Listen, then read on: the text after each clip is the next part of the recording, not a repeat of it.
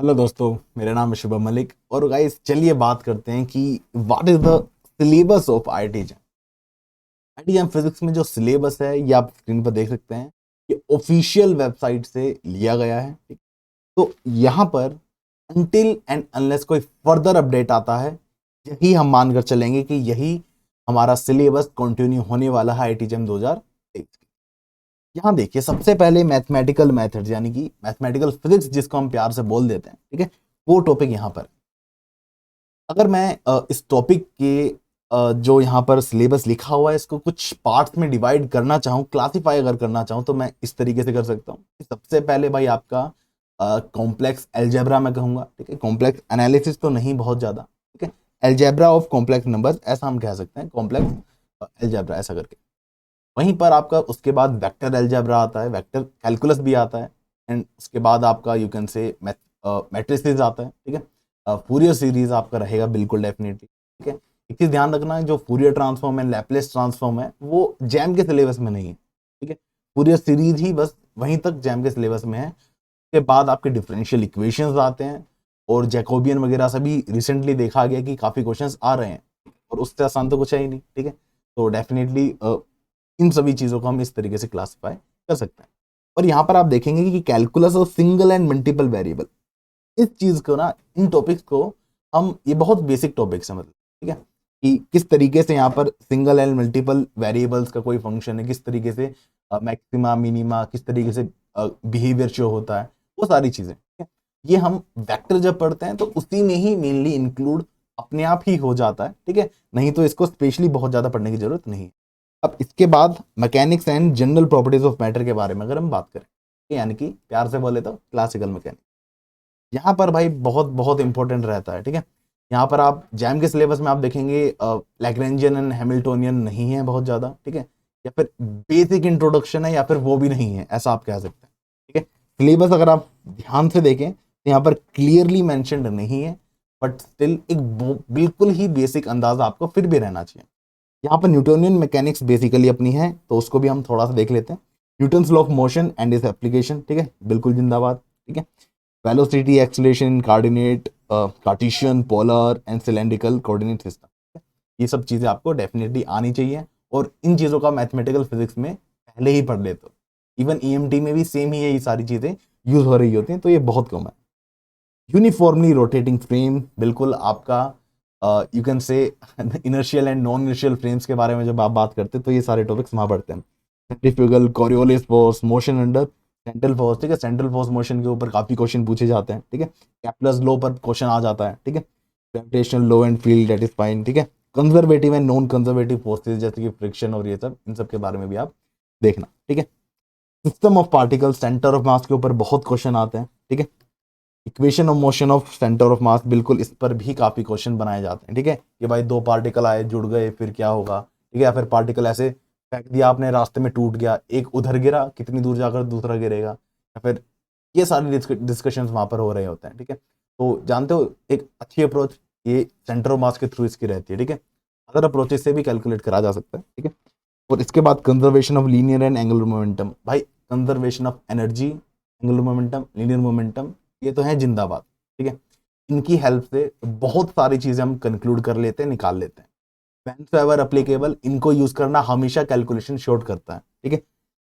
बिल्कुल ये सारी चीजें, वेरिएबल मास सिस्टम, बिल्कुल ठीक है। मतलब ऐसा सिस्टम होता है ना कि एरोप्लेन है, उसका कुछ मास है, और एरोप्लेन में से धीरे धीरे कुछ एक सैंड बॉक्स था, उसमें से सैंड गिरने लग गया, फिर वाटर है, ठीक है, पानी उसमें से गिरने लग गया, तो ओवरऑल आपके सिस्टम का मास कम हो रहा है। या फिर कई बार मान लो कि कोई क्रिकेट की बॉल आपने फेंकी, वो नीचे गिर रही है, ओस वोस थी, ठीक है। एटमोसफियर में जो होता है ना भाई, ठीक है, ओस कहते हैं आप, ठीक है। तो वो उसमें जम जाएंगी, ठीक है, वाटर पार्टिकल्स उसमें थोड़े जम जाएंगे, तो उसका मास थोड़ा बढ़ जाएगा। तो वेरिएबल मास सिस्टम उस काइंड ऑफ आप पढ़ते हैं कि उन सिस्टम्स के लिए किस तरीके से फोर्सेस वगैरह एक्ट करती हैं, और वहां पर हम कैसे सिस्टम को स्टडी करते हैं, ठीक है। और उसके बाद भाई इलास्टिक एंड इनइलास्टिक कोलिजन, बिल्कुल जिंदाबाद चीज है। Rigid body motion, fix action, बिल्कुल बिल्कुल, rotation translation, moment of inertia and product of inertia, perpendicular axis theorem, ठीक है, बिल्कुल ये इंपॉर्टेंट है, ठीक है। यहाँ से क्वेश्चन आ जाया करता है, ठीक है। और अच्छी बात यह है, इंट्यूशन से इन तरीके के क्वेश्चन को आप कर पाते हैं। उसके बाद क्या भाई, प्रिंसिपल मोमेंट्स एंड एक्सिस, ठीक है। मतलब ये सारी चीजें जब आप मोमेंट ऑफ इनर्शिया वाली चीजों को पढ़ेंगे ना तो सब उसी में इंक्लूड हो जाता है, ठीक है। फिर यहाँ पर फ्लूइड का भी थोड़ा कॉन्सेप्ट आपका रहता है, जैसे कि बर्नौली थ्योरम, आउलर्स इक्वेशन, ये सारी चीजें यहाँ पर रहती हैं, equation of continuity for fluid, ये सारी चीजें यहाँ पर आपकी आ जाती हैं। बेसिकली कहें तो काइनेमेटिक्स ऑफ मूविंग फ्लूइड्स, ऐसा करके, ठीक है। तो ये था भाई मैथमेटिकल फिजिक्स और क्लासिकल मैकेनिक्स का। आप बात करते हैं ऑसिलेशन, वेव एंड ऑप्टिक्स का, ठीक है। ऑप्टिक्स में तो आप यहाँ पर देख ही पाएंगे कि ऑप्टिक्स में आपका इंटरफेरेंस, डिफ्रैक्शन एंड पोलराइजेशन का मेन यहाँ पर मामला रहता है। पोलराइजेशन में जैसे आप देखें linear, circular and elliptical polarisation, ठीक है, किस किस तरीके से किस किस सिनेरियो में कैसे होता है, ये सारी चीजें आप यहाँ पर पढ़ते हैं। फिर यहाँ पर double refraction and optical rotation वाला भी मामला यहाँ पर देख रहे होते हैं, ठीक है। Along with half wave plate और आपका क्वार्टर वेव प्लेट, ये सारी चीजें भी यहाँ पर हम पढ़ते हैं पोलराइजेशन में, ठीक है। पोलराइजर, एनालाइजर, ठीक है, निकोल प्रिज्म, बहुत सारी चीजें।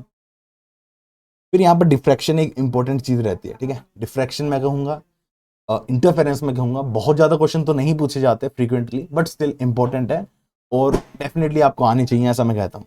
तो मेन अगर हम कहें तो ऑसिलेशन एंड वेव से आपके ज़्यादा क्वेश्चन आते हैं, ऑसिलेशन एंड वेव वाले पार्ट से ज़्यादा क्वेश्चन आते हैं। जैसे कि यहाँ आप देख सकते हैं group velocity and phase velocity, ये तो बहुत बेसिक कॉन्सेप्ट है, कि आप क्वांटम मैकेनिक्स में भी पक्का यूज करते हैं, ईएमटी में भी पक्का यूज करते हैं, कई जगह पर आप ये वाली कॉन्सेप्ट यूज कर रहे होते हैं, ठीक है। टॉपलेस इफेक्ट आप क्वांटम मैकेनिक्स में भी पढ़ते हैं, इवन क्लासिकल मैकेनिक्स में भी इसका इंट्रोडक्शन दे दिया जाता है, ठीक है।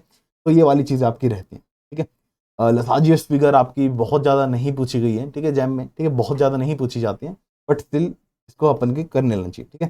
फिर क्या है, damped and forced oscillator resonance, ठीक है, इस चीज़ पर क्वेश्चन पूछ लिए जाते हैं, this is a important part, ठीक है। Wave equation, travelling and standing wave in one dimension, ठीक है, दैट इज ओके। फिर differential equation for simple harmonic oscillator बहुत जरूरी है, एंड इट्स जनरल सॉल्यूशन, ठीक है। इसके ऊपर बेसिकली यहाँ से जो चीज़ें कंक्लूड होती हैं वही हम क्वांटम और अपने क्लासिकल मैकेनिक्स में भी यूज कर रहे होते हैं, तो इट इज इंपॉर्टेंट, ठीक है। सुपरपोजिशन ऑफ टू और मोर सिंपल हार्मोनिक ऑसिलेटर्स, ये चीज़ भी जरूरी है, यहाँ से क्वेश्चन पूछा जा सकता है। वेव इक्वेशन आपको अच्छे से आनी चाहिए, travelling and standing wave in one dimension, that is fine, ठीक है। Energy density and energy transmission in a wave, इसको स्टार मार्क मार लो भाई, ठीक है, यहाँ से क्वेश्चन बनने के चांसेस ज़्यादा होते हैं। फर्मेट्स प्रिंसिपल बिल्कुल बेसिक सा है। फिर आपके लेंस वाला मामला आ जाता है, ठीक है। फिर आप लेंस और इमेज फॉर्मेशन, उन सारी चीज़ों पर आ जाते हो, फोकस, दिस ये चीज़ें, ठीक है। लेंस, ठीक है, lens combinations, interference of light, optical path, ठीक है, ये सारी चीज़ें, Fraunhofer diffraction, Rayleigh criteria and resolving power, ठीक है। रिजॉल्विंग पावर वगैरह पे बहुत क्वेश्चन आ जाते हैं और बहुत ईजी है देखा जाए तो। डिफ्रैक्शन ग्रेटिंग से भी बहुत चीज़ें पूछ ली जाती हैं, ठीक है, कि so and so diffraction grating दिया है, ये दिया है, वो दिया है, ठीक है। तो ये बहुत इजी वाला पार्ट है, यू कैन से, ठीक है, एक बार करने की देर है, आराम से हो जाएगा। उसके बाद इलेक्ट्रिसिटी एंड मैग्नेटिज्म, यानी कि ईएमटी वाले पोर्शन पर अगर हम, ठीक है, तो ईएमटी को आंख बंद कर कर 3 हिस्सों में तोड़ दो, electrostatics, magnetostatics and EM waves तरीके से, ठीक है? यहाँ पर इलेक्ट्रोस्टैटिक्स में आप देखेंगे Coulomb's law, goes law, electric field potential, ये बाउंड्री कंडीशंस जो आपकी आ जाती हैं, ठीक है। फिर लैप्लेस इक्वेशन और उनके सॉल्यूशंस के बारे में, और कुछ सबसे जनरल और सिंपल केसेस के बारे में यहाँ पर डिस्कशन होता है।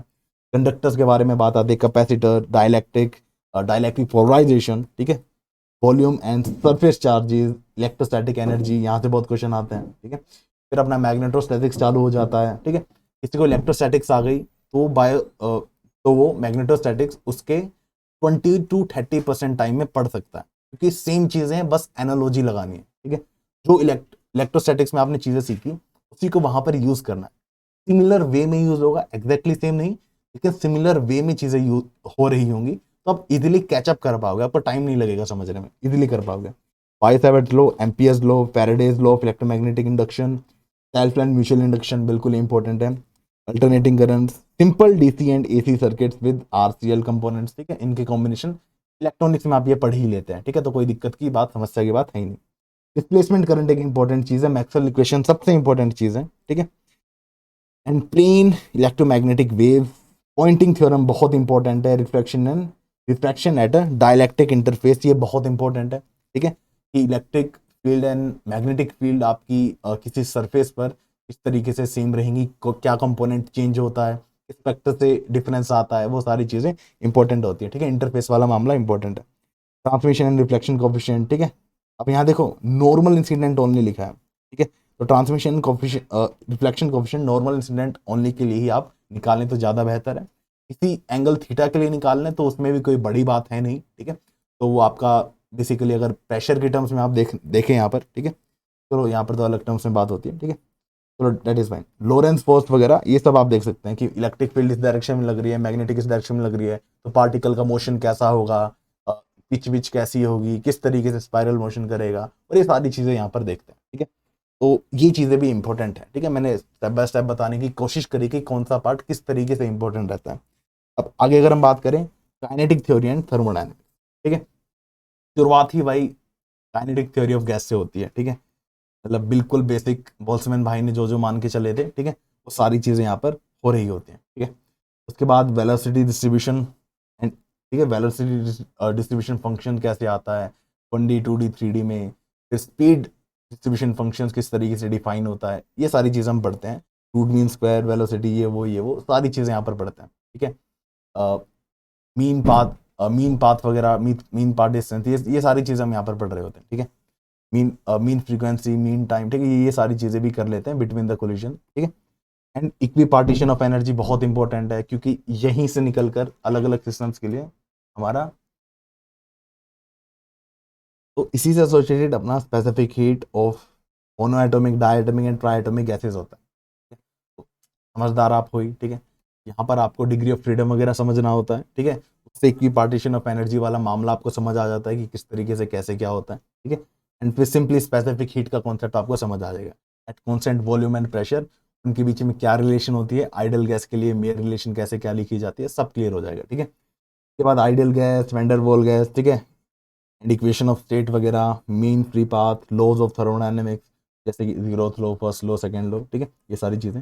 Zeroth law and concept of thermal equilibrium, ठीक है। जीरोथ लो यही बताता है कि ए, बी और सी तीन बॉडी अगर है, ए और सी अगर थर्मल इक्विलिब्रियम है, बी और सी अगर थर्मल इक्विलिब्रियम है, तो गारंटीड बी और सी भी, ये जो नीचे वाली दो थी, ये भी आपस में गारंटीड थर्मल इक्विलिब्रियम में रहेंगी ही, ठीक है। तो इस सेंस में जीरोथ लो को बेसिकली कहा जाता है, ठीक है, दिया जाता है। फर्स्ट लॉ एंड इसके कंसिक्वेंसेज, ये बहुत इंपॉर्टेंट है भाई, इससे बड़े सवाल उठते हैं, इससे बहुत क्वेश्चन आते हैं। अब इनका यूज कर कर अलग अलग प्रोसेसेस में आप इसको इम्प्लाई करते हैं, ठीक है। Isothermal constant temperature adiabatic processes में देखते हैं, ठीक है। ओ, ठीक है, आप कांस्टेंट वॉल्यूम, ठीक है, कांस्टेंट प्रेशर, इन सभी केसेस में आप यहाँ पर देख रहे होते हैं अलग अलग प्रोसेसेस में कि फर्स्ट लॉ ऑफ थर्मोडायनेमिक्स किस तरीके से काम कर रहा है, ठीक है। और बहुत सारी चीजें हम वहाँ सीखते भी हैं, ठीक है। Reversible, irreversible and quasi static processes, second law of thermodynamics and entropy, ठीक है, ये बहुत इंपॉर्टेंट है, यहाँ से क्वेश्चन बहुत ज्यादा बनते हैं। कार्नोट साइकिल, ठीक है, बिल्कुल क्वेश्चन आते हैं, ऐसे आते हैं, लो भाई, ठीक है, ले जाओ मार्क्स, ऐसे क्वेश्चन आते हैं। फिर मैक्सवेल थर्मोडायनेमिक्स रिलेशन, इतनी सी चीज है ये, ठीक है। मैक्सवेल थर्मोडायनेमिक्स रिलेशन इतनी सी चीज है समझने के लिए, ठीक है। बाकी फिजिक्स सीखने के लिए तो जीवन पड़ा है, बट अगर सिलेबस ओरिएंटेड आप देखें तो इतनी सी चीज है ये वाला मामला, ठीक है। एंड इसके सिंपल एप्लीकेशन, ठीक है ही सिंपल, ठीक है। Then thermodynamic potential and their application, बिल्कुल सही बात है भाई। उसके बाद फेज ट्रांजिशंस बहुत बहुत ईजी है, कुछ फॉर्मूलाज कैसे डेवलप हो उसकी अंडरस्टैंडिंग आपको लेनी है, बाकी सब समझ आ जाएगा, ठीक है। And Clausius Clapeyron equation, question आते ही यहाँ से हैं, ठीक है। इसमें चेंज इन प्रेशर वगैरह कैसे क्या होता है, उसको बस टर्मिनोलॉजी को आपको समझना है, क्वेश्चन आप सारे कर देंगे फिर, ठीक है। फिर आइडियाज ऑफ एनसेम्बल, ओके, ठीक है, कि किस तरीके से आपके एनसेम्बल्स रहते हैं अलग अलग काइंड ऑफ, ये सब। Maxwell, Boltzmann, Fermi Dirac and boss Einstein distribution, ठीक है, डिस्ट्रीब्यूशन से आपके भी कई सारे यहाँ पर क्वेश्चन आ जाते हैं। बेसिकली जो हम कहते हैं ना स्टैटिस्टिकल मैकेनिक्स वाला पार्ट, वो इसी के बारे में हम बात कर रहे होते हैं, ठीक है। फिर अब मॉडर्न फिजिक्स आ जाती है। मॉडर्न फिजिक्स में आपके क्वांटम मैकेनिक्स, एटॉमिक और न्यूक्लियर आता है। एटॉमिक में कुछ भी बहुत ज्यादा नहीं है, वो तो हम देखने ही वाले हैं, ठीक है। न्यूक्लियर में भी थोड़ा सा इत्तू सा पार्ट आता है, ठीक है। मेन क्वांटम मैकेनिक्स यहाँ पर इसमें रहती है। इसमें क्या कह रहा था भाई, inertial frame, basically STR, special theory of relativity वाला पार्ट, ठीक है। इनर्शियल फ्रेम्स, ठीक है, गैलीलियन इनवेरिएंस, ठीक है, बिल्कुल ठीक है। पोस्टुलेट ऑफ स्पेशल रिलेटिविटी, ठीक है, लॉरेंस ट्रांसफॉर्मेशन, लेंथ कॉन्ट्रैक्शन, मतलब बेसिकली इसी के कॉन्सिक्वेंसेज हैं सारे, ठीक है। टाइम डायलेशन, ठीक है, एरिया वगैरह किस तरीके से चेंज होता है, वॉल्यूम कैसे चेंज होता है, वो सब, ठीक है। देन रिलेटिविस्टिक वेलोसिटी एडिशन, ठीक है, ये सारी चीज़ें, मास एनर्जी इक्विवेलेंस, ठीक है, बहुत बेसिक चीज़ें हैं, देखने में नाम बड़े लग रहे होंगे, बाल्क वाली चीज़ है बिल्कुल, ठीक है। इसके बाद ब्लैक बॉडी रेडिएशन, ठीक है। अब मज़ेदार मामला चालू होता है, ठीक है, मज़ेदार इन द सेंस कि प्योरली क्वांटम वाला फील आता है आपको यहाँ से, ठीक है, वो वाला मामला यहाँ से स्टार्ट है। Black body radiation, photo electric effect, Compton effect, फिर आपका जो मैं कह रहा था ना एटॉमिक वाला पार्ट, बहुत एटॉमिक मॉडल, एक्सरेज, इतना ही, बस इतना ही, ठीक है, इतना ही आप कह लो कि है आपका एटॉमिक वाला पार्ट, बहुत एटॉमिक मॉडल एंड एक्सरेज, आह बस। अब यहाँ पर एक्सरेज में बेसिकली कैरेक्टरिस्टिक एक्सरे क्या होती है, ठीक है, और किस तरीके से फ्रीक्वेंसी वगैरह होती है, ठीक है, अलग अलग सीरीज अलग अलग शेल्स में होती हैं, ठीक है, लाइमर बाल्मर, ठीक है, ये सारी इनके बारे में हम थोड़ा सा बेसिक इंट्रोडक्शन लेते हैं। उसके बाद भाई दोबारा क्वांटम पर आ गए, wave particle duality, uncertainty principle, superposition principle, calculation of expectation values, ठीक है, ये जो चीज है ना इससे बड़े क्वेश्चन आते हैं, calculation of expectation value, expectation of value this in this situation, uncertainty in this, तो इनसे बड़े क्वेश्चन बन जाते हैं। Schrodinger equation and is solution for one dimension, two dimension, 3D boxes, यानी कि इनफाइनाइट पोटेंशियल वेल वाले जो केसेस हैं 1D 2D एंड 3D में, उनको आप देखते हैं। फिर solution of Schrodinger equation for the one dimensional harmonic oscillator, बिल्कुल ठीक है, हार्मोनिक ऑसिलेटर के लिए भी श्रोडिंगर इक्वेशन अप्लाई कर किस किस तरीके से एनर्जी वगैरह आती है, वे फंक्शन का नेचर कैसा कैसा रहता है, नंबर ऑफ नोड क्या होते हैं, वो हम यहाँ पर देख लेते हैं। उसके बाद reflection and transmission at a step potential वाला केस आता है। यहाँ पर रिफ्लेक्शन एंड ट्रांसमिशन कोएफिशिएंट कैसे आएगा, अगर एनर्जी ऑफ पार्टिकल यहाँ पर, ठीक है, एनर्जी ऑफ पार्टिकल यहाँ पर स्टेप पोटेंशियल, ठीक है, जो स्टेप पोटेंशियल है अगर एनर्जी ऑफ पार्टिकल इससे कम है तो अलग केस बैठता है, ज्यादा है तो अलग केस बैठता है, वो सब हम देखते हैं। पाउली एक्सक्लूजन प्रिंसिपल, तो मतलब बहुत ही बेसिक है, ठीक है। अब पाउली एक्सक्लूजन प्रिंसिपल में कुछ एक्स्ट्रा 30 मार्क का चीज नहीं पढ़नी है, बिल्कुल 2 मिनट का खेल है, ठीक है। उसके बाद स्ट्रक्चर ऑफ, अब यहाँ से अपना न्यूक्लियर फिजिक्स वाला मामला आ गया, ठीक है, structure of atomic nucleus, mass and binding energy, radioactivity and its application, and laws of radioactive decay, ठीक है, कि मतलब इस सीरीज का है तो इसी में डिके करेगा, और ये सारी चीजें, बीटा डिके, अल्फा डिके, तो ये अपना मॉडर्न फिजिक्स का यहाँ पर मामला रहता है। अब बात करते हैं सॉलिड स्टेट एंड इलेक्ट्रॉनिक्स के बारे में, ठीक है। सबसे पहले सॉलिड स्टेट के बारे में बात करते हैं, इतना सा सिलेबस है, बहुत ज़्यादा नहीं है। Crystal structure, brown lattice, basis क्या होते हैं, अलग अलग काइंड ऑफ, उनकी प्रॉपर्टीज क्या हैं, वो सारी चीज़ें हम यहाँ पर स्टडी करते हैं। फिर मिलर इंडिसेस आता है, इससे भी क्वेश्चन पूछ लिए जाते हैं, बहुत आसान है, एक बार समझना है सब समझ आ जाएगा, ठीक है। X ray diffraction and Bragg's law, ठीक है, ये बहुत इंपॉर्टेंट है, अंत क्वेश्चन पूछे जाते हैं। अगर मैं आंख मूंद कर कह दूं कि 3 में से 2 क्वेश्चन पूछ लिए जाएंगे तो मैं बोलूंगा भाई एक्सआरडी से, यानी कि ब्रैग्स लॉ को यूज करके, और आपका सिंपल क्रिस्टल स्ट्रक्चर के बारे में, ठीक है, radius of atom and lattice parameter, cell constant बोल लो, उनके बीच में रिलेशन, फिर एटॉमिक पैकिंग फैक्टर से रिलेटेड कुछ बनाया जा सकता है, मास डेंसिटी से पूछा जा सकता है क्वेश्चन, ठीक है, इलेक्ट्रॉन डेंसिटी से कुछ रिलेट कर पूछा जा सकता है, तो ये सारी चीज़ें यहाँ पर रहती हैं। इसके बाद भाई आपका सेमीकंडक्टर और इलेक्ट्रॉनिक्स वाला मामला चालू हो जाता है, ठीक है। इंट्रिंसिक एंड एक्सट्रिंसिक सेमीकंडक्टर कैसे क्या होता है, variation of resistivity with temperature, बहुत आसान है, कोई दिक्कत की बात नहीं। फर्मी लेवल कैसे क्या होता है, किन केसेस में चेंज होता है, टेम्परेचर के साथ ऊपर नीचे कब जाएगा सेमीकंडक्टर में, और जब आप डोपिंग करते हो, डोपिंग कब, अरे भाई सेमीकंडक्टर है वहाँ पर अगर आप एन टाइप या पी टाइप डोपिंग जब करते हो तो कम ज़्यादा किस तरीके से हो जाता है, वो आप यहाँ पर देखते हैं, ठीक है, ओके। एग्जैक्टली इसी से क्वेश्चन आया था IIT JEM 2022 में, ठीक है, और यूट्यूब पर फुल सेशन इन चीज़ों के बारे में करा गया था, एग्जैक्टली सेम आया था, ठीक है।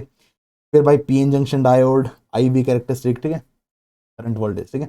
फिर जीनर डायोड एंड इस एप्लीकेशन, जीनर डायोड से क्वेश्चन आ सकते हैं, बहुत चांसेस हैं। बीजेटी, ठीक है, फिर BJT characteristics in CB, CE and CC, ठीक है, मतलब basically common base, common emitter and common collector modes इनमें, ठीक है, बहुत इजी है, अल्फा बीटा गामा, इस तरीके से इनमें रेशियोज होते हैं करंट्स की, किस तरीके से गेन वेन, ये सारी चीज़ें आप पढ़ते हैं, बहुत आसान है, ठीक है, ओके। तो सिंगल स्टेज एम्पलीफायर वगैरह, 2 स्टेज RC कपल्ड एम्पलीफायर, ठीक है, इन सबसे ज़्यादा क्वेश्चन नहीं पूछे गए हैं, ओके। सिंपल ऑसिलेटर्स, ठीक है, बिल्कुल बिल्कुल, साइनसॉइडल ऑसिलेटर एंड दिस, इनसे भी बहुत ज़्यादा क्वेश्चन नहीं पूछे गए हैं, ठीक है। तो मेन मैं कहूँगा कि भाई बीजेटी के बाद सीधा आप जंप मार दो ओपैम्प पर, ओपैम्प एंड इस एप्लीकेशंस, ठीक है, इनसे क्वेश्चन पूछे जाते हैं। और यहाँ पर आप मान के चलिए कि डायोड, बीजेटी और ओपैम्प को इन सबको मिक्स कर आजकल क्वेश्चन पूछने लग गया। कुछ साल पहले तक अलग अलग क्वेश्चन पूछे जाते थे, अब इन तीनों को एक ही सर्किट में घुमा फिरा कर मिक्स कर पूछने लग गया, ठीक है, तो ये चीज़ें भी चल रही हैं। उसके बाद बूलियन अलजेब्रा आपका स्टार्ट हो जाता है, ठीक, तो ये तो बहुत बेसिक चीज़ है, ठीक है, बूलियन एडिशन, सब्ट्रैक्शन, ये सब। लॉजिक गेट से इंपॉर्टेंट है, ठीक है, कि आपसे पूछा जा सकता है कि भाई कितने नैंड गेट से मिलाकर आपका एक्सोर गेट बनता है, या फिर कुछ भी इस तरीके की चीज़ें आपसे पूछी जा सकती हैं, तो उनको आप अच्छे से समझना, ठीक है। लॉजिक गेट्स जैसे कि यूनिवर्सल लॉजिक गेट क्या होते हैं आपको पता होना चाहिए, ठीक है, और बेसिक लॉजिक गेट्स क्या होते हैं, ठीक है, इनमें से वो आपको बेसिकली पता होना ही चाहिए, ठीक है। ओके, यूनिवर्सल लॉजिक गेट्स क्या होते हैं, ओके, या ये चीज़ आपको पता होनी चाहिए। और एक्सक्लूसिव और एक्सोटिक है, वो सारी चीज़ें यहाँ पर। फिर ट्रूथ टेबल के थ्रू बेसिकली जो आप के मैप वाला मामला हम देखते हैं तो समहाउ उसको रिलेट कर सकते हैं, सीख सकते हैं उससे इजीली, ठीक है। फिर कॉम्बिनेशन ऑफ गेट जैसे कि बताया ही, ठीक है, डी मॉर्गन्स थ्योरम, ये सब आप यूज कर सकते हैं। ये था भाई अपना आईआईटी जैम का फुल सिलेबस, बिल्कुल धागे खोल खोल कर, ठीक है। कुछ भी डाउट है, कुछ भी चीज़ है जो आप पूछना चाहते हैं, कमेंट सेक्शन में पूछ सकते हैं। मैंने अपनी तरफ से जितनी कोशिश करी कि भाई कौन सा टॉपिक ज्यादा और कौन सा कम इंपॉर्टेंट है उसको एक्सप्लेन करना, समझाना आप तक चाहा, और किस टॉपिक से किस तरीके के क्वेश्चन ज्यादा पूछने के चांसेस हैं वो भी आप तक बात पहुंचानी चाहिए। Thank you so much guys, thank you so much. इस तरीके से अगले वीडियो में मिलते हैं। Thank you so much and happy learning. Thank you so much.